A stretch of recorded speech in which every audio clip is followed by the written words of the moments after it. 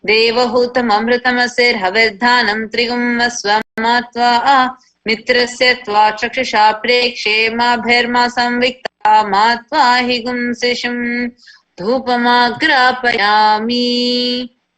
Please take the lit lamp in your hands and slowly wave it towards Irena Sundareshwara Paramashiva Paramburu along with the mantra, and please ring the bell as you do so. Om Uddipya Sajatavedopagnim Niritam Mama Ashtugushcha Mahyamavaha Jivanam Chadisho Disha Mano Higumsi Jatavedo Gamashram Purusham Jagat Abhibradagna Agahi Shriyama Paripataya Deepam Darshayami. Now please take a turn of water and hover it clockwise over the Naivedyam and offer the water to Irena Sundareshwara Paramashiva Paramburu along with the mantra, and please ring the bell as you do so. Om Madhuvatartayate Madhuksharanti Sindhavaha Madhvina Santoshadhihi Madhunaktamutoshasi Madhumatparthivakum Rajaha Madhudhyaurastuna Pita Madhumano Vanaspatir Madhumagumastu Suryaha Madhigavo Bhavantunaha Madhu Madhu Madhu Naivedyam Nivedayami. Now, please take the arati in your hands and slowly wave it towards Irena Sundareshwara Paramashiva Paramburu along with the mantra, and please ring the bell as you do so.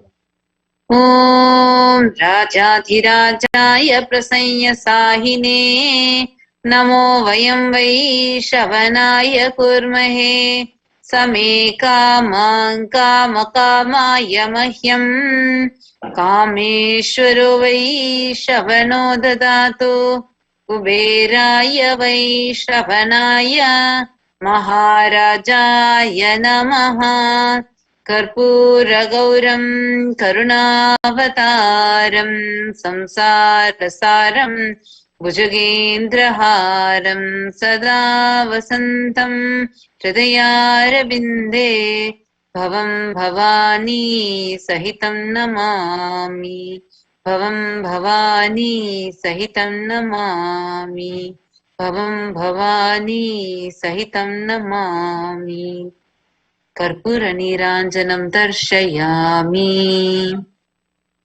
Now, in the same space, please sit with your head, neck and spine in a straight line and get ready to receive the darshan of Irena Sundareshwara Paramashiva Paramburu through the Nijavatara, Supreme Pontiff of Hinduism, Jagat Guru Mahasannidhanam, His Divine Holiness Bhagavan Nithyananda Paramashivam.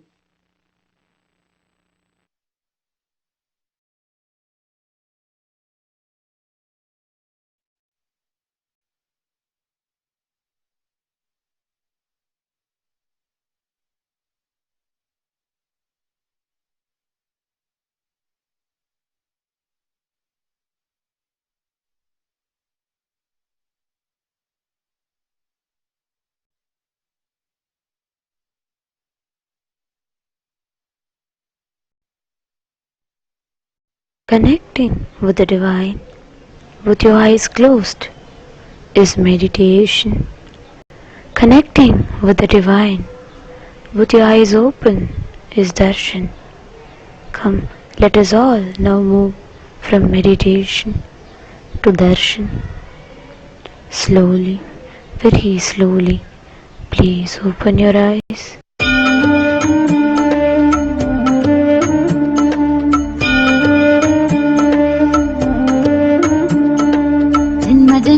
செய்த தவமோ உற்ற நண்பனாய் நித்யானந்தன் வந்து உதித்தான்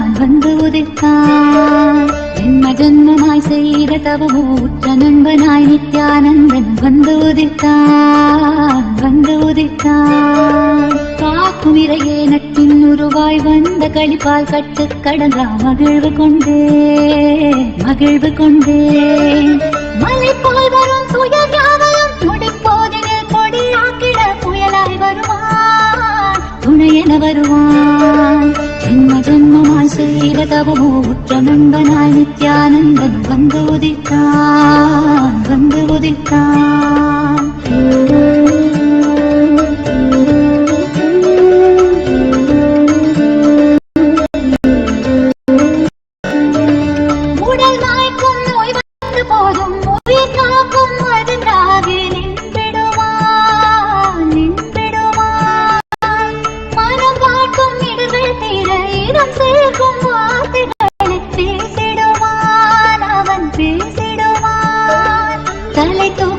பருவங்களை தடம் மாற்றிட வெடிப்பான். தலை தூக்கிடும் கருவங்களை தடம் மாற்றிட வெடிப்பான். பின் கருணை மழையாய் பொழிவான், பின் கருணை மழையாய் பொழிவான், பின் கருணை மழையாய் பொழிவான், பின் கருணை மழையாய் பொழிவான். ஜென்ம ஜென்மமாய் செய்த தவமூற்ற நண்பனாய் நித்யானந்தன் வந்துதித்தான், வந்துதித்தான்.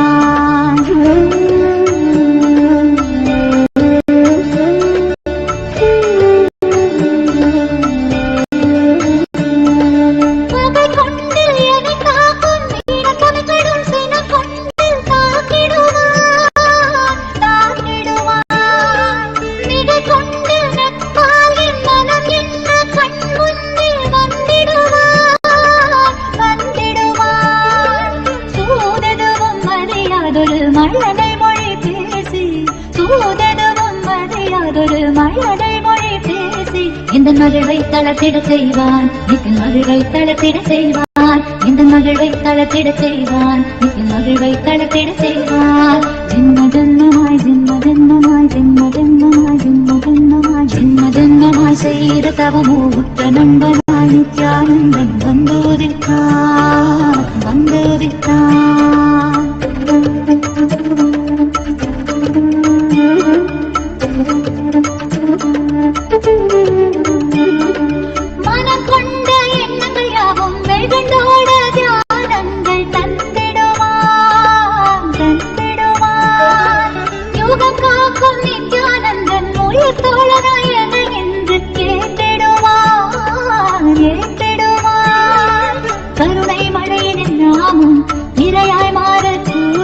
அவன் கருணை மழையினில் நாமும்